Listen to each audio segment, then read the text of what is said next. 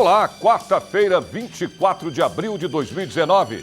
A Procuradoria Federal dos Direitos do Cidadão, vinculada ao Ministério Público Federal, contestou o projeto de lei de autoria da deputada federal Daiane Pimentel, do PSL, que quer revogar as cotas raciais nas universidades federais. A deputada argumenta em seu projeto que as cotas raciais têm potencialidade de criar conflitos sociais desnecessários. No texto, assinado também pelo Grupo Nacional de Direitos Humanos, o Ministério Público Federal se posiciona de forma veemente contra o fim das cotas. A gestão das universidades também geraram polêmica aqui na Assembleia Legislativa. Vamos conferir. Confusão e manifestação de estudantes nas eleições para a escolha do presidente e vice da CPI das Universidades Públicas do Estado de São Paulo. Simpósio sobre a participação dos municípios na segurança pública reúne comandantes das guardas civis e secretários estaduais aqui na Assembleia Legislativa de São Paulo. Comissão de Fiscalização e Controle tem novo presidente. É o deputado Rodrigo Moraes, do DEM. Mais de 2,5 milhões de brasileiros estão em débito com a Justiça Eleitoral. E o prazo final para regularizar é 6 de maio. A partir de agora, no Jornal da Assembleia.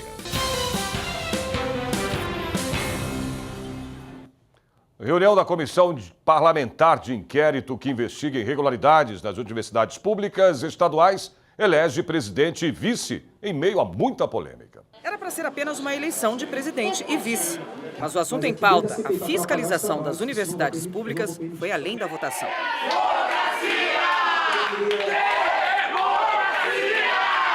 Universitários com cartazes nas mãos manifestaram em protesto contra a instalação da CPI e teve o apoio do Fórum das Seis, entidade que representa docentes e funcionários das 3 principais universidades do estado, USP, Unesp e Unicamp. A nossa visão é que se trata de 3 universidades que têm feito muito pelo estado de São Paulo, né? Desde 96, pelo menos, as 3 universidades dobraram de tamanho. Então, a gente pensa que é muito importante que essa virtude das universidades seja ressaltada. O que não quer dizer que as universidades não tenham problemas também, né? Nós, por exemplo, da categoria de docentes e de funcionários das universidades, estamos desde 2015 aí com cerca de 15% de defasagem salarial, o que acaba fazendo com que muitos dos nossos melhores quadros acabem optando para ir para as universidades federais ou até ir para a iniciativa privada. Esta CPI foi protocolada com a intenção de investigar irregularidades na gestão das universidades públicas no estado de São Paulo, em especial quanto à utilização das verbas públicas repassadas a elas, hoje, em torno de 9 bilhões de reais. A proposta da CPI era para discutir a aplicação de verbas na universidade. Se for isso, tem um acordo, até para poder ajudar nesse debate, discutir se é necessário ampliar recursos, se não é. A segunda coisa é tratar das questões ideológicas. Se a educação é de esquerda, de direita, isso não está em jogo, isso não é o debate da CPI, nós não vamos permitir. Depois da manifestação, a deputada Carla Morando, do PSDB, foi eleita por unanimidade vice-presidente da CPI. Foi bastante tumultuado o dia de hoje, muita manifestação, mas eu entendo que os estudantes, eles ainda não entenderam o tom dessa CPI. Essa CPI não é para diminuir nada, não é para acabar com a universidade pública, nem com pesquisa, nem com nada disso. E sim para trazer transparência, para trazer uma melhor qualidade, uma melhor efetividade no uso do dinheiro público, que é, na verdade, a nossa grande proposta aqui. O comando da Comissão Parlamentar de Inquérito ficou nas mãos do deputado Wellington Moura, do PRB. Ele reafirmou que os trabalhos serão em cima da investigação das irregularidades destas universidades públicas. A manifestação é democrática, eu acho que isso que é importante, a gente ouvir todos os lados e agora aquela discussão acalorosa, eu acho que é a primeira de muitas que vai acontecer nessa CPI.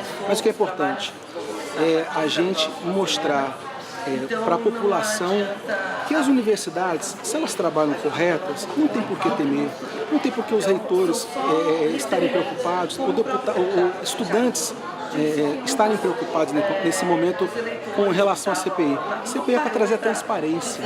Nós somos fiscalizadores. No momento que nós somos fiscalizadores, mostramos a transparência do que acontece no nosso Estado. Mas isso tem que vir com certeza ao público, que não só está aqui presente, mas a população quer saber realmente, nos 9 bilhões aproximadamente que hoje o CMS dá para as universidades. O presidente desta CPI falou que o início dos trabalhos da comissão vai começar em cima da fiscalização de salários de mais de 2.500 funcionários públicos. Hoje, recebem acima do teto do governador. Deverá ser o primeiro item de investigação, como vários outros que vão apresentar, acredito, ao decorrer desta CPI. Nós temos aí 120 dias e pode se prorrogar por mais 180 dias.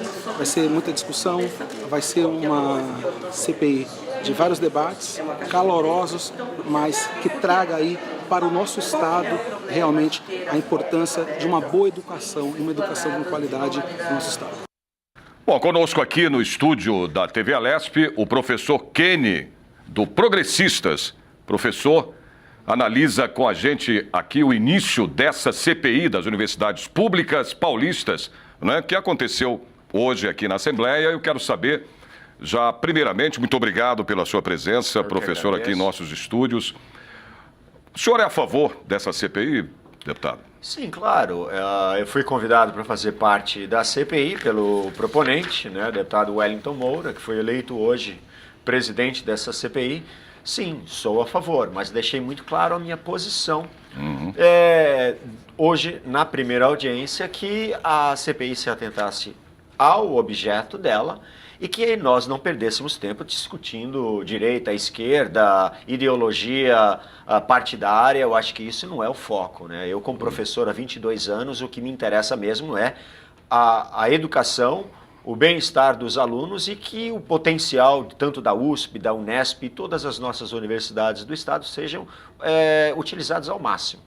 Agora, existe dentro do orçamento um montante destinado, né, às universidades públicas, que é de 9 bilhões. Se eu não me engano, se eu estiver errado, o senhor me conserte. Disso, até um pouquinho mais. Até um pouquinho mais. E alguma coisa. E há a intenção de uma redução desse valor? Bom, eu não estaria de acordo. Pelo contrário, eu acho que qualquer investimento em educação, qualquer gasto com educação é um investimento. É você investir nas futuras gerações, é você investir no futuro da nossa juventude. Então, cortes em educação nunca aceitaria. Agora, essa CPI, ela pode aí, sei lá, acabar cerceando um pouco a autonomia universitária, deputado? Você acha isso? Eu não creio que o foco dessa CPI, e eu acho que ficou bem claro hoje, depois de discussões acaloradas, é que nós nos atentássemos ao objeto da CPI, que é verificar onde os recursos estão sendo usados e se eles estão sendo usados da melhor forma. Caso contrário, se nós, inclusive, pudéssemos sugerir algumas melhoras e até algumas ideias onde a gente pudesse aprimorar ainda mais o uso desses recursos, mas de forma alguma ela seria algum tipo de censura, seja para professores e muito menos para alunos. Não, é ver como esses recursos estão sendo utilizados e se eles estão sendo utilizados da forma correta. Estão sendo aplicados, né, também? Exato, utilizados, exato. Aplicados de uma sim. forma... Com certeza. Agora, essa CPI, porque ela tem o poder de investigar, né? Um poder Sim, investigativo. exatamente. Né? Exatamente. E o senhor acabou de falar há pouco aqui que não há essa situação da questão do dinheiro do investimento na área de educação. Porque se tem que investir, aliás, é o que a gente mais precisa nesse país, exato. De educação, né? Sim, com certeza.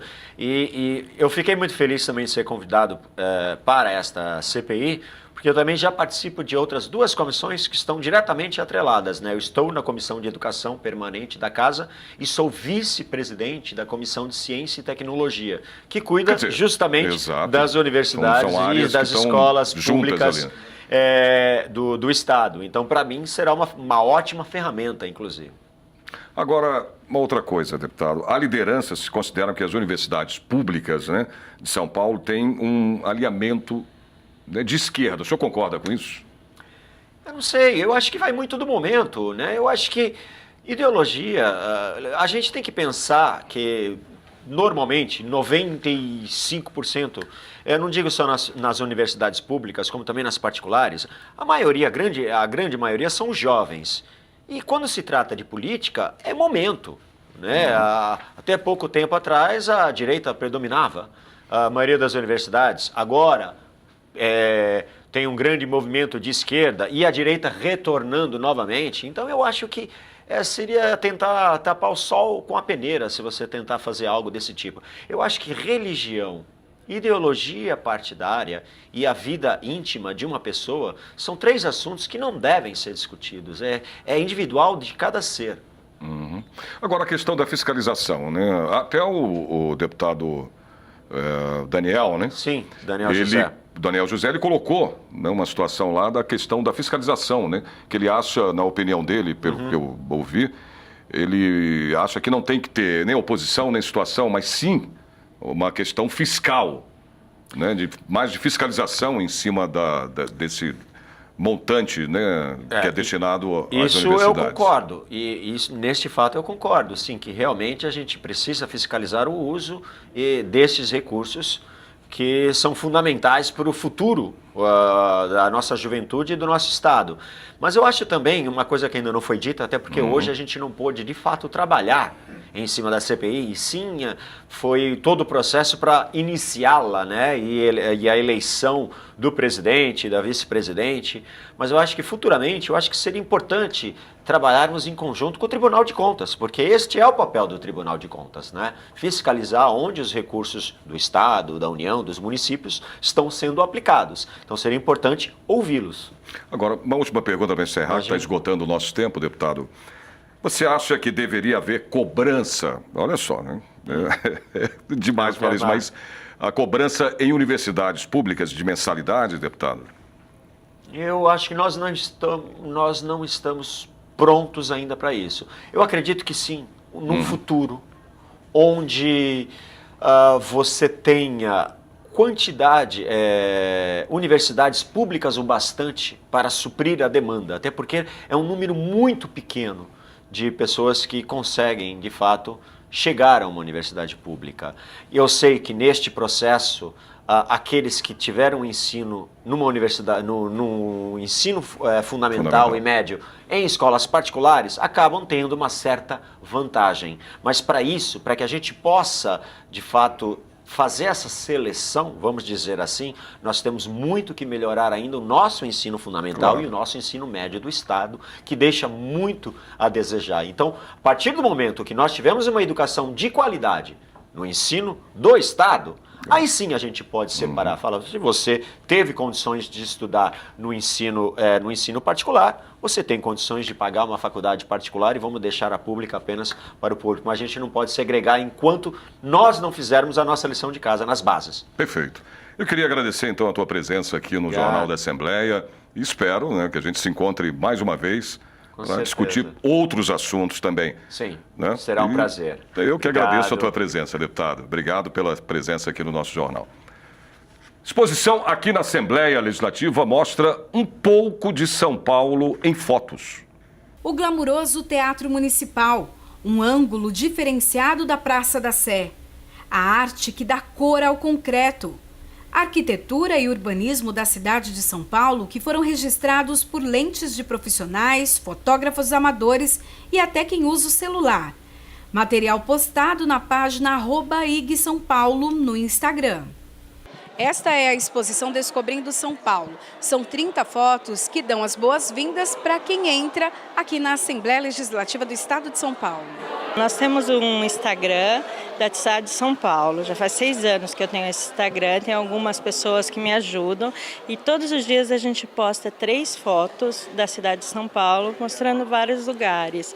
E a gente resolveu fazer uma exposição escolhendo 30 pessoas. Então a gente fez um concurso, foram inscritas 3.000 fotos e aí dessas 3.000 fotos nós conseguimos escolher 30 para a exposição. Tem alguns lugares diferentes e tem outras que são o mesmo lugar, mostrando olhares diferentes. Magali é designer, mas todos os dias ela fotografa o céu paulista. Realmente fotografo muito céu, né? Então céu ao amanhecer, ao entardecer, realmente é o que eu fotografo. Gosto muito de fotografar lua, mas por uma exceção que eu acho que todo mundo sabe, esse ano a gente teve um céu com muitos raios. Eu, na minha proteção, porque eu estou sempre na minha varanda, eu aproveitei muito esse verão e fiz realmente muitas fotos de raios, né? E de verdade me satisfaz, me alegra, né? Porque é uma coisa diferente, né? Então me motiva, né? Então as chuvas de verão, embora elas tragam tantos problemas para a cidade, para mim é mesmo inspiração. Marcelo usa o drone para fotografar e mostra um pouco da própria história. O drone ele te dá outra visão, outras perspectivas, né? São ângulos que com a máquina fotográfica você não consegue alcançar. Então isso te facilita você subir e fotografar do alto. A exposição Descobrindo São Paulo fica no Espaço Heróis de 32, na entrada da Assembleia ao lado do Parque do Ibirapuera, até o dia 3 de maio. Entrada gratuita.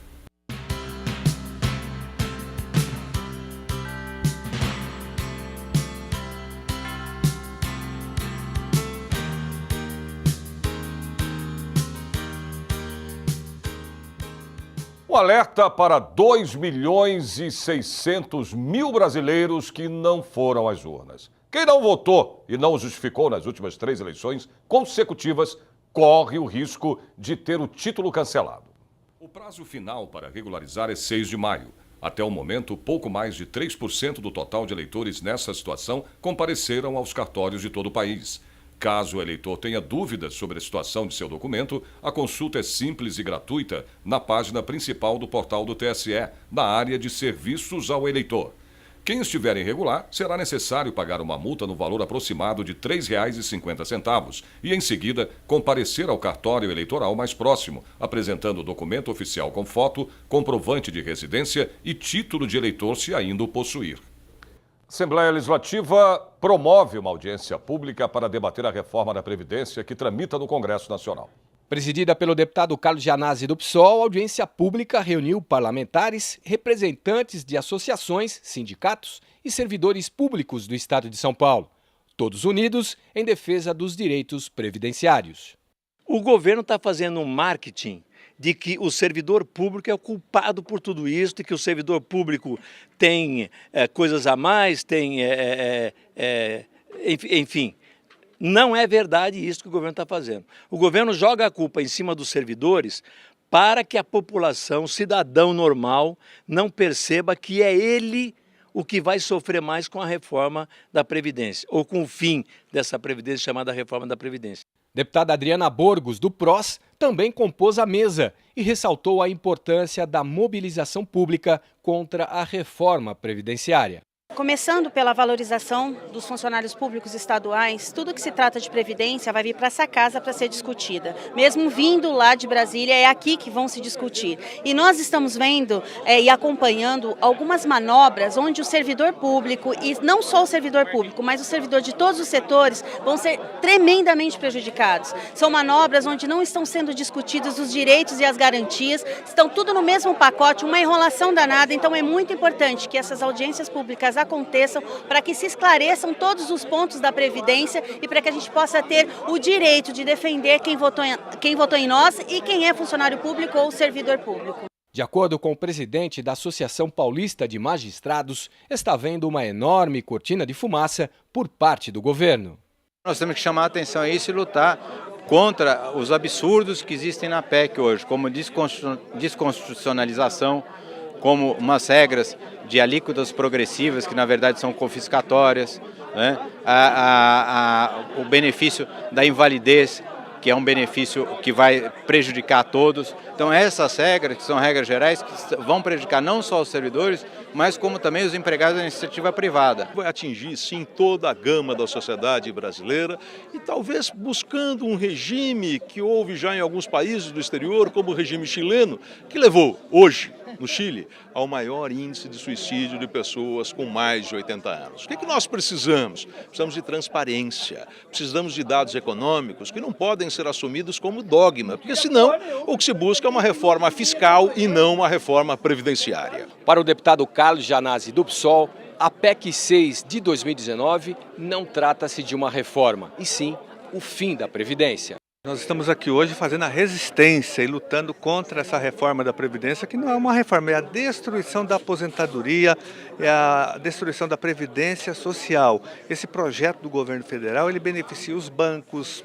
os especuladores da dívida pública e as empresas privadas de previdência, mas a população será duramente prejudicada porque se o projeto for aprovado, ninguém mais no Brasil vai conseguir se aposentar. Por isso que nós estamos aqui hoje na Assembleia Legislativa com esse grande movimento, com as associações, sindicatos, fazendo a luta para que ela não seja aprovada.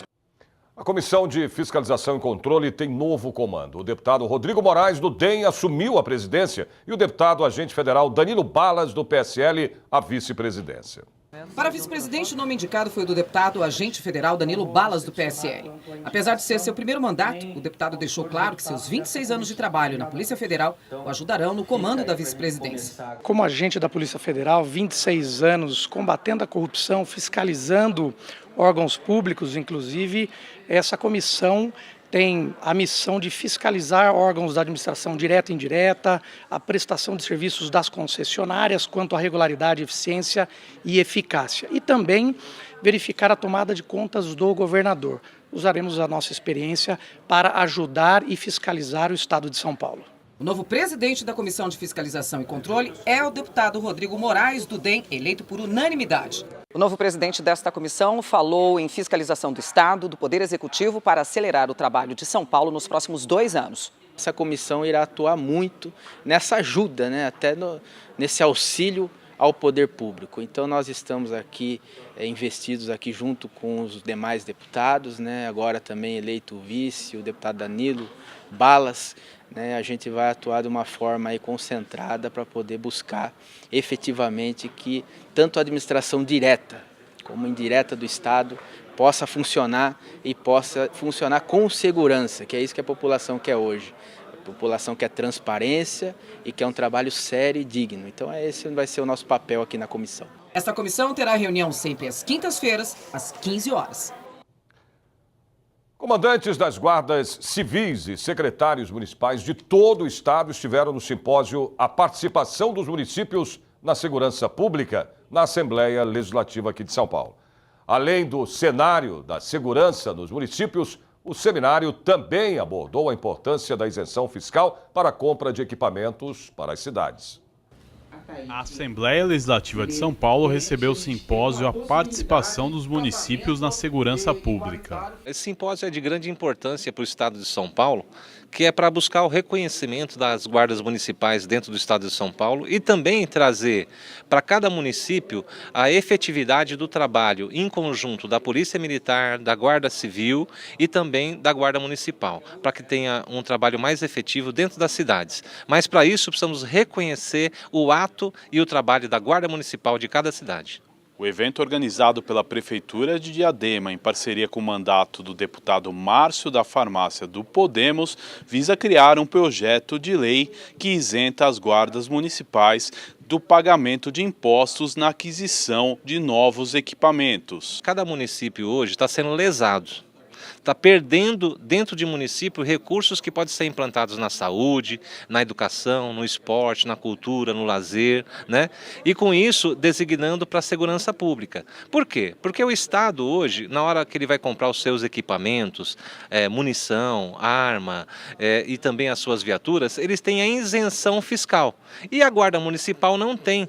Então o que acontece? O preço de uma viatura que é comprada pelo Estado, ela custa metade do preço de uma viatura que é comprada pela Guarda Municipal. Isso acaba onerando os cofres públicos do município, que poderia ser usado para educação, esporte, cultura, lazer, qualquer unidade que possa ser usada dentro da Prefeitura. Participaram da reunião comandantes das guardas civis e secretários municipais de todo o estado. Foi discutido o cenário da segurança nos municípios e a necessidade da isenção fiscal para a compra de equipamentos, principalmente viaturas, que hoje os municípios tiram recursos de saúde, educação, para investir na compra de viaturas. O deputado Márcio da Farmácia teve a sensibilidade, desde o primeiro momento apresentou o projeto. Vamos aqui fazer uma explanação técnica dos benefícios e realmente, caso o governo do estado deferir a solicitação, o que de fato isso vai proporcionar em avanços de infraestrutura de segurança nas cidades.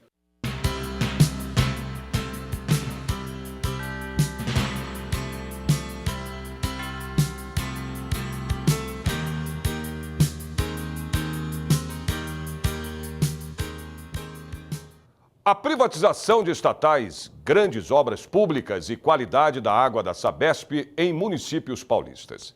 Estes serão alguns dos temas acompanhados de perto pela Comissão de Infraestrutura, que já escolheu presidente e vice para os próximos 2 anos de trabalho. A reunião foi feita em 15 minutos. Na pauta, eleições. Para vice-presidente, o nome indicado foi o do deputado Márcio Nakashima, do PDT. Por unanimidade, foi eleito vice-presidente da Comissão de Infraestrutura da Assembleia Legislativa de São Paulo. O novo vice falou do trabalho dos próximos 2 anos e do problema que os moradores de São Paulo vêm enfrentando com a contaminação da água em alguns municípios do ABC. Vamos discutir todas essas questões e sempre com foco na sociedade paulista. Você fala das pessoas estarem recebendo a água aparentemente contaminada e ainda estarem pagando por esse tipo de serviço. Exato, né? Tem vídeos acontecendo, rolando na internet, nas mídias sociais, e aí nós vamos tratar dessa questão lá na Comissão de Direito do Consumidor também. O novo presidente, o deputado Luiz Fernando Teixeira, do PT, falou que nesse início de trabalho o foco será na situação das obras do metrô e na qualidade da água entregue no ABC Paulista. Nós temos o abastecimento de água, que é um problema no estado de São Paulo, com preços exorbitantes, muita cobrança de ar. A Sabesp cobra esgoto sem tratar esse esgoto, né? E nós temos um problema de poluição, sobretudo nos grandes centros, nos nossos córregos, nas nossas represas. A Billings é um grande exemplo disso. Hoje é uma grande caixa d'água que atende São Paulo, atende o ABC e atende a Baixada Santista, né? Então, assim, em relação à Sabesp, são muitos os problemas.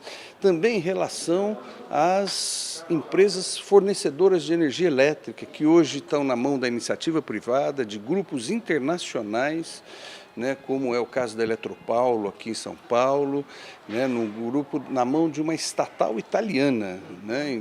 O nosso governador vende as nossas estatais e as estatais de fora vêm comprar aqui as estatais vendidas pelo Estado.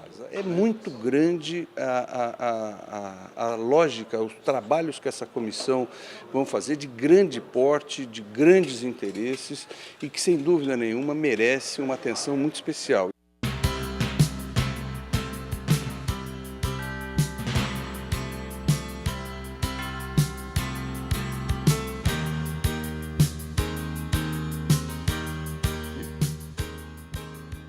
Entidades que defendem o meio ambiente e a agricultura do Estado pedem ajuda ao Parlamento Paulista contra algumas mudanças de políticas do governo do Estado. Numa reunião nessa quarta-feira aqui na Assembleia Legislativa, os participantes se mostraram preocupados com questões que, segundo eles, podem afetar até para quem trabalha com pesquisas nessas áreas.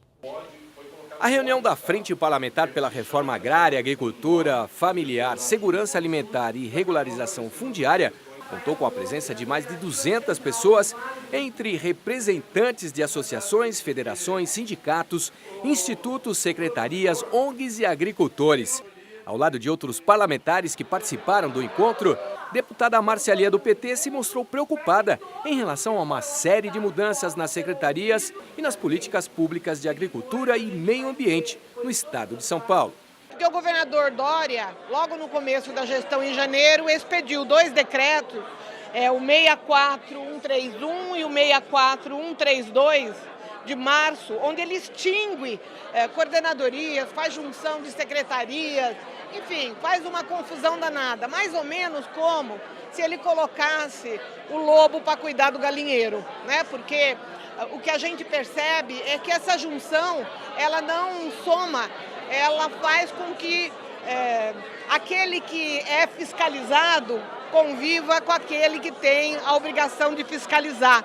Isso há um conflito de interesses absurdo aí. Vai distanciar, de certo modo, esses profissionais, por exemplo, os agrônomos, que hoje conversam com os agricultores familiares, os pequenos produtores, e essa relação é tão próspera para eles, porque isso representa uma melhoria na sua produção, né, com esta assessoria que é dada por esses profissionais. Agora vai acabar tudo isso. Para os representantes da sociedade civil e de classes envolvidas, os decretos e mudanças por parte do governo do estado foram equivocadas. Somos nós que sentimos no chão o impacto da política, né? Nós é que fazemos a conservação dos recursos naturais, né? Os agricultores que produzem, né, o alimento que chega na mesa das pessoas.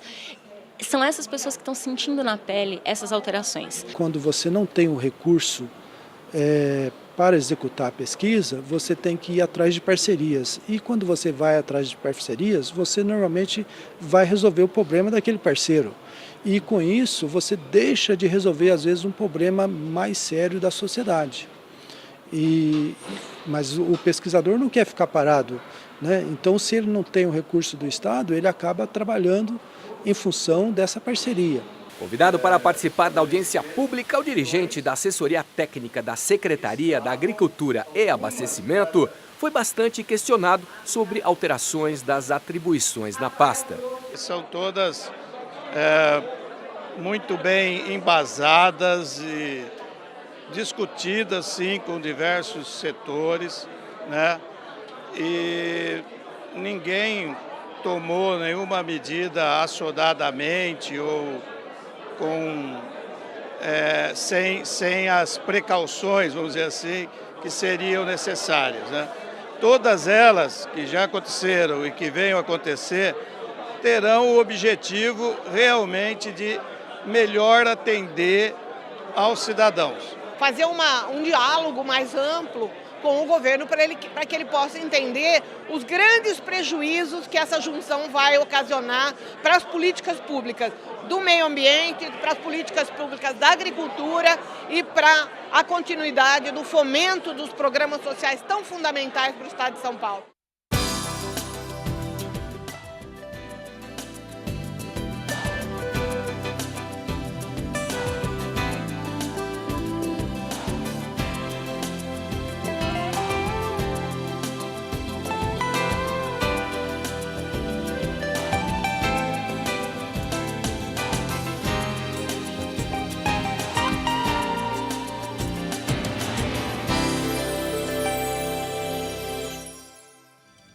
Por hoje é só. O Jornal da Assembleia desta quarta-feira termina aqui. Você pode assistir o nosso jornal pela internet, através do YouTube. A gente se vê de novo amanhã. Espero vocês. Até lá.